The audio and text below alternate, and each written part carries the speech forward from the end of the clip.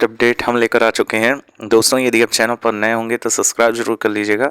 ऐसे ही latest update हम आपके लिए लाते रहते हैं, वो भी एनालिसिस के साथ।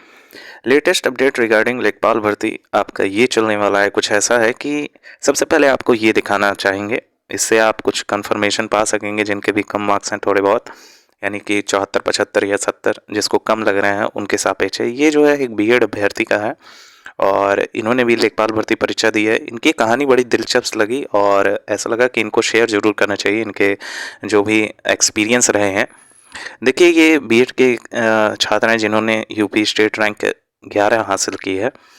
स्टार्टिंग से पढ़ेंगे तो आपको समझ में आएगा। मेरी प्रतियोगी जीवन की पहली आंशिक सफलता की शुरुआत जल निगम क्लर्क 2015 रिटन एग्ज़ाम से हुआ था। फिर CRPF head constable ministerial written exam, फिर वीडियो एग्ज़ाम 2016 फाइनल मेरिट से बाहर हो गए थे ये।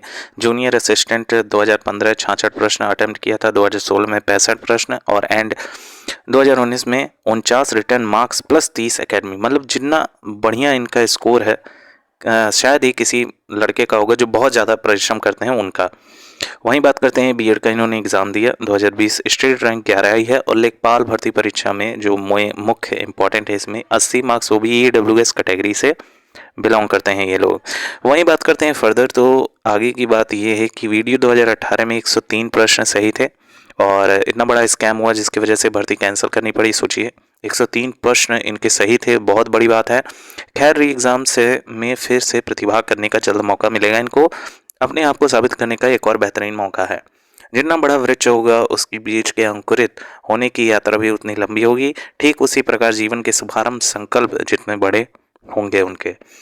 बहुत अच्छे जो है अभ्यर्थी हैं, काफ़ी ज़्यादा इनकी मेहनत जो है और जल्द से जल्द इनको सफलता भी मिलेगी। इससे मोटा मोटा आंकड़ा ये निकलता है अभ्यर्थियों कि 80 मार्क्स जो विद्यार्थी पा रहा है वो टॉपर की कैटेगरी में है, जिसके द्वारा भी बताया जा रहा है 80 प्लस आपकी कट ऑफ बनेगी। तो जो 3000 लगभग आपके 3200 के आसपास जो आपकी जनरल कैटेगरी यानी यूआर कैटेगरी की आपकी वैकेंसी है, अगर 80 प्लस कट ऑफ बनेगा तो निश्चित तौर पे सब टॉपर ही सेलेक्ट होंगे। तो ऐसा नहीं होता है कि टॉपर ही सिर्फ सेलेक्ट होता है। टॉपर इक्का दुक्का 10 होते हैं या 100, मान लीजिए 100 होंगे, 200 होंगे। ऐसे अभ्यर्थियों की संख्या बहुत न्यून होती है, इतनी नहीं हो जाती है कि एकदम इम्पॉसिबल सा चीज़ लगे। बिल्कुल ऐसा नहीं होता है। तो ये जो टॉपर है इनके 80 मार्क्स हैं, तो इससे मोटा मोटा आंकड़ा निकाल लीजिए। 80 प्लस पाने वाले विद्यार्थियों की संख्या निश्चित तौर पे 5 से 6 या 10 हो सकती है, ज़्यादा से ज़्यादा 100 ले लिए 100 हो सकती है, उससे ज़्यादा नहीं जाने वाला है। जिस विद्यार्थी ने 2015 से स्ट्रगल शुरू किया है और उसका 2022 आते आते इतना एक्सपीरियंस हो चुका है कि उसका अच्छे खासे मार्क्स बन सकते हैं, तो उसके 80 प्लस मार्क्स 80 मार्क्स आ रहे हैं, वो भी निगेटिव मार्किंग होने के बावजूद। तो ये बहुत ही सोचने वाली बात है, गंभीर बात है ये। निश्चित तौर पे आपका जो कट ऑफ बनेगा वो यूआर कैटेगरी का हमारे अकॉर्डिंग मान के चलिए तो आपका 72 से ज़्यादा आपका नहीं बनने वाला है। ये डीवी की कट ऑफ है और निश्चित तौर पे जिसका 75-76 नंबर अभी के डेट में बन रहा है, डेफिनेटली वो सेलेक्ट है और इसमें कोई भी बट नहीं होना चाहिए। अब किसी तरह का सरकार का अपना भी होता है, उसमें सेंध लगाकर अपने अभ्यर्थियों को भी उसमें डालने का काम किया जाता है। तो अगर ऐसा होता है तो 80 प्लस कट ऑफ जाएगी, इसमें कोई भी बट नहीं होने वाला है। फिलहाल अगर अकॉर्डिंग मानिए हमारे, तो आप मान के चलिए अगर 74-75 आपके बन रहे हैं, यूआर कैटेगरी से बिलोंग कर रहे हैं, डेफिनेटली अपना चयन मानिए, लेकिन रुकिए मत, अपन में प्रिपरेशन कंटिन्यू रखिए, क्योंकि जो रुक जाता है अभ्यर्थियों वो कभी आगे नहीं बढ़ पाता है। और ये चीज़ गांठ बांध के आप लोग रखिए। इसके साथ ही साथ एक और खबर निकलकर सामने आ चुकी है कि आयोग में जो बैठक हुई थी उसके समकक्ष कुछ ऐसे मामले सामने आए थे कि आयोग ने फैसले बनाए हैं कि कुल 2 प्रश्नों पे आपको समान अंक प्रदान किए जाएं। इतनी सी खबर आपको सुनने को भी मिल गई होगी और ये डेफिनेटली सत्य बात है। आप लोगों को डेफिनेटली कॉमन अंक दिए जाने हैं। एक आपका उज्ज्वला योजना है, तो जो विद्यार्थी उज्ज्वला योजना गलत किए हैं उनके लिए बहुत बड़ी खुशखबरी है।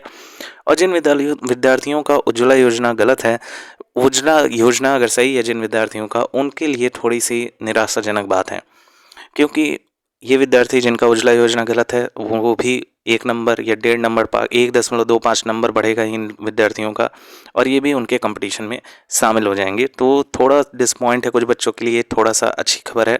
एक जो है आपका और प्रश्न जो है विवादित है, जिसमें पूरा योजना पे संभावना जताई जा रही है कि आयोग इस पर एक नंबर प्रदान करे। हालांकि पूरा योजना में कुछ भी गलत नहीं था, ऐसा कुछ भी दिख नहीं रहा था, लेकिन अब आयोग की इच्छा है, देखने वाली बात है कि क्या इस पर नंबर मिलेगा या नहीं मिलेगा। अब आगे की बातों पर बात कर लेते हैं, जैसे कि आपको लगातार झटके दिए जा रहे हैं, लगातार कोर्ट केस हो रहा है और सुनवाई की डेट बढ़ती जा रही है। सभी लोग अवेयर होंगे 1 फरवरी के डेट में जो सुनवाई होनी थी उसका आपको देखने को मिला 2 फरवरी की डेट में एक्सटेंशन, और 2 फरवरी के बाद सीधे सीधे इसको निलंबित करके 9 फरवरी का डेट दे दिया गया है। विद्यार्थियों, 9 फरवरी का डेट, हफ्ते भर का समय फिर बढ़ा दिया गया है और हफ्ते हफ्ते हफ्ते करते करते ये 2 महीने बीतने वाले हैं। दिसंबर से ये सारा केस शुरू हुआ है और जनवरी भी बीत गया, दिसंबर भी बीत गया, अब फरवरी भी ऐसा लग रहा है कि बीत ही जाएगा और रिजल्ट कुछ भी सामने आने वाला नहीं है। वही बात करते हैं, एक आपका 6 फरवरी की डेट में सुनवाई है जिसमें 7 प्रश्नों पर क्लेम किया गया है। अब 6 फरवरी का डेट जो है बहुत इंपॉर्टेंट है विद्यार्थियों, क्योंकि 6 फरवरी की डेट में मुख्य तौर पे जिन प्रश्नों पर विवाद किया गया है, अगर उस पर फैसला आ जाता है 6 तारीख को, जैसा कि लगता है कि बिल्कुल नहीं आने वाला है, क्योंकि डेट जैसा कि एक्सटेंड किया जा रहा है, डेफिनेटली इसमें भी देखने को मिलने वाला है। लेकिन अगर आ जाता है तो 9 फरवरी की डेट में जो डेट आपको दी गई है उसका कोई भी वैल्यू रहेगा नहीं, क्योंकि जिन प्रश्नों पर 9 फरवरी की डेट में सुनवाई होनी है वो 6 तारीख को अगर फाइनल हो जाएगा तो उसमें भी वही परिणाम लागू हो जाएगा और 9 फरवरी का डेट को खारिज कर दिया जाएगा। वहीं नेक्स्ट फर्दर बात करते हैं, क्या फरवरी में अब आपका रिजल्ट आ सकता है। स्पष्ट रूप से सुन लीजिए, जो भी ये बता रहा है लास्ट फरवरी आप लोगों का रिजल्ट आ जाएगा। खुद आप लोग देखिए कि जब डेट आपका इंक्रीज हो रहा है, डेट पर डेट बढ़ती जा रही है और अभी भी कोई स्पष्ट कोई भी नतीजे पर नहीं पहुंचा है, तो आपका फरवरी में भी आने के बहुत कम आसार दिख रहे हैं। ऐसा चल रहा था कि आप लोगों का रिजल्ट नवंबर में आ जाएगा और 13 नवंबर के आसपास, ऐसा आप लोग सुने जरूर होंगे, 13 नवंबर के आसपास आप लोगों का डीवी भी कंडक्ट करवा लिया जाएगा। ऐसी खबर तो हमने ज़रूर सुनी थी, अब आपने सुनी थी या नहीं सुनी थी ये आपके ऊपर हम छोड़ते हैं, कमेंट सेक्शन में ज़रूर बताइएगा। उसके बाद कहा गया कि दिसंबर के प्रथम सप्ताह में आप लोगों का रिजल्ट पब्लिश होने वाला है। उसके बाद फिर आया कि दिसंबर के लास्ट में आप लोगों का रिजल्ट पब्लिश होने वाला है। फिर आया कि आपका जनवरी के फर्स्ट वीक में आप लोगों का रिजल्ट, और फिर जनवरी के लास्ट वीक में आप लोगों का रिजल्ट। अब जो है बात आगे बढ़ती जा रही है और अब सुनने में आ रहा है फरवरी के लास्ट में आप लोगों का रिजल्ट देखने को मिलने वाला है। ऑफिशियल बयान भी एक आया था कि आयोग के अध्यक्ष द्वारा एक बयान दिया गया था कि मार्च के अंत में आप लोगों का डीवी कंडक्ट करवाने जाने की बात कही गई है। और जिस तरफ का आपका रिजल्ट का रवैया है, यानी कि डेट पे डेट एक्सटेंड होता जा रहा है, सारी कॉपी जांच हो चुकी है, एसटीएफ जांच भी कंप्लीट हो चुकी है, 3,000 विद्यार्थी जो नकल करते हुए पाए थे संदिग्ध घोषित कर दिया गया है, उनका रिजल्ट ब्लैक लिस्ट में डाल दिया गया है, 100 से अधिक विद्यालयों को भी सीज कर दिया गया है। अब पता नहीं अभी आगे क्या क्या देखने को मिलने वाला है, अभी कुछ भी स्पष्ट नहीं हो रहा है। आने वाला कल ही बताएगा कि आप लोगों का लेखपाल भर्ती किस मोड़ पर जा रहा है। इसी के साथ साथ आप लोग देखे होंगे कि एक भर्ती और आपके साथ साथ चल रही थी, यूडीए एलडीए सप्लाई इंस्पेक्टर का 76 पद थे। 76 पद कम ही है 8,085 पद के सापेक्ष, लेकिन गवर्नमेंट जॉब है तो 76 पद अगर फाइनल हो गया है, जैसा कि सुनने में आ रहा है कि फरवरी में आप लोगों का ज्वाइनिंग लेटर भी दिया जाना है, 76 पद, देखिए ये बहुत खुशखबरी की बात है। यूडीए डी सप्लाई इंस्पेक्टर जिन भी विद्यार्थियों ने दिया था, जिनका सिलेक्शन हो गया, अगर आप लोग देख रहे हैं वीडियो को तो कमेंट जरूर कर दीजिएगा। आप लोगों के लिए ये बहुत सुनहरा जो है पेपर हुआ था, जिसके लिए इतना जल्दी जो है ज्वाइनिंग करवाया जा रहा है। अभी देखिए आप एक एएनएम का भर्ती करवाया गया था, उसका भी अभी तक ज्वाइनिंग लेटर नहीं दिया गया है। इतने कोर्ट केस उसमें भी डाले जा रहे हैं, कभी ईडब्ल्यूएस का कुछ पड़ जा रहा है, उसमें व्यवधान, किसी तरह का ज्वाइनिंग लेटर में व्यवधान पड़ जा रहा है, डेट पे डेट इसमें भी देखने को मिल रही है। और इसी के साथ साथ लेखपाल भर्ती में भी आपको डेट पे डेट देखने को मिल रही है। इसके साथ साथ आप लोग देख रहे होंगे कि पैट 2022 का भी पेपर आयोजित हो गया है, और जिसमें जो है 25 लाख प्लस अभ्यर्थियों ने जो है पार्टिसिपेट किया था। आप देखिए कितने जल्दी अक्टूबर में शायद पेपर हुआ है इसका, अक्टूबर, नवंबर, दिसंबर, जनवरी के अंतिम सप्ताह में आप लोगों को रिजल्ट देखने को मिल गया। कितनी जल्दी काम हुआ है आप ये देखिए, 25 लाख अभ्यर्थियों का ओएमआर शीट जंच गया 2 महीने के अंदर, 2.5 महीने के अंदर आप लोगों का जांच करके रिजल्ट भी पब्लिश कर दिया गया। रिवाइज आंसर की भी आ गई, आंसर की भी आ गई, सब आ गया। इसी के साथ साथ आप देखिए लेखपाल भर्ती परीक्षा का परिणाम कितना विलंबित हो रहा है। 31 जुलाई अगर हटा दीजिए, जुलाई, अगस्त, सितंबर, अक्टूबर, नवंबर, दिसंबर, जनवरी, 6 महीने तो खड़े खड़े बीत गए। ठीक है विद्यार्थियों, और कितने लोग पार्टिसिपेट ही किए थे, 2,13,000 के आसपास। आप अगर ऑफिशियल डेटा निकाल कर देखेंगे 2,13,000 के आसपास आप लोगों को देखने को मिलेगा। इतने ही विद्यार्थियों ने पार्टिसिपेट किया था और 2,54,000 के आसपास आप लोग के विद्यार्थियों को बुलाया गया था। इनकी कॉपी जच चुकी है, एसटीएफ जांच कंप्लीट हो चुकी है, पुलिस फोर्स वगैरह सब लग चुका है और सरकार की भी इच्छा है देने की। पता नहीं कैसे कैसे जो है कमेंट आ रहे हैं, समझ में नहीं आ रहा है। ऊपर से रेड पे रेड, पता नहीं कौन से विद्यार्थी ऐसे हैं जो भैया रेड डाल रहे हैं। पढ़ने वाले तो ऐसे विद्यार्थी बिल्कुल नहीं हो सकते हैं। जिन विद्यार्थियों ने ऐसा काम किया है वो डेफिनेटली या तो विपक्ष की तरफ से ऐसा करवाया जा रहा है या जो है इसमें किसी तरह का षड्यंत्र जरूर है। जो प्रश्न सीधे सीधे साफ साफ लग रहा है कि इस पे आंसर नहीं दिया जाना है, किसी भी तरह का कॉमन अंक नहीं दिया जाना है, उस पे विद्यार्थियों ने क्लेम उठा दिया है। और जिन प्रश्नों पे विवाद जो है वास्तव में करना चाहिए उन पर कोई बल ही नहीं दे रहा है। अब देखिए, आप जैसे आपका NH2 वाला प्रश्न था, उस पर जो है उचित रूप से विवाद उत्पन्न करने वाला था, लेकिन अब NH19 हो गया है। तो अगर प्रीवियस ईयर का पेपर देखें तो उसमें NH2 माना गया है, ऐसा नहीं है कि NH2 को नहीं माना गया है। इसी के लिए आपका जब आंसर किया था उसमें NH2 को सही माना गया था, लेकिन रिवाइज आंसर की में फिर इनमें से कोई नहीं ऑप्शन सही हो गया। अब आपका एक और प्रश्न है पूरा योजना वाला। पूरा योजना में गजब के विद्यार्थी हैं, मतलब पूरा योजना में वो सही है पूरा योजना, लेकिन फिर भी उसमें पता नहीं कैसा व्यवधान उत्पन्न हो रहा है कि विद्यार्थियों को समझ में नहीं आ रहा है।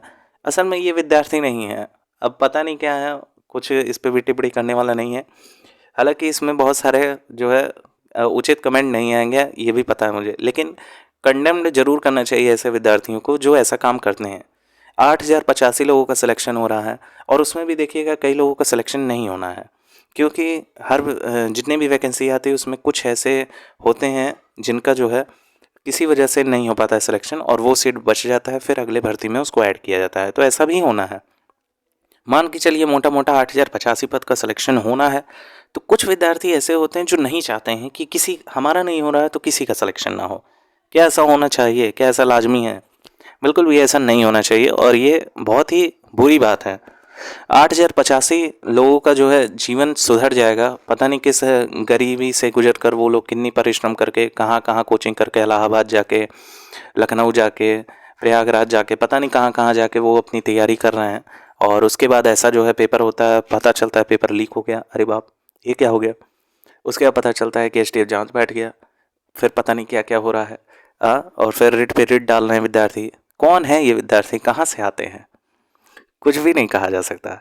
ठीक है, अब विद्यार्थियों का अपना मत है, वो एक क्वेश्चन दो क्वेश्चन आपका अगर कॉमन अंक मिल जाएगा ना तो आपके ज़रूर नंबर बढ़ जाएंगे। लेकिन आप एक बात सोचिए, जो उज्ज्वला योजना पे आप लोग क्लेम कर रहे हैं, बहुत सारे विद्यार्थी उज्ज्वला योजना पे क्लेम कर रहे हैं, उज्ज्वला योजना में गलत क्या है? ये तो बेसिक आपके नॉलेज के ऊपर डिपेंड है कि अगर इंग्लिश वाला टर्म गलत है, आंसर तो सही है ना आपका, उज्ज्वला योजना बिल्कुल सही है, उज्ज्वला योजना में गलत क्या है?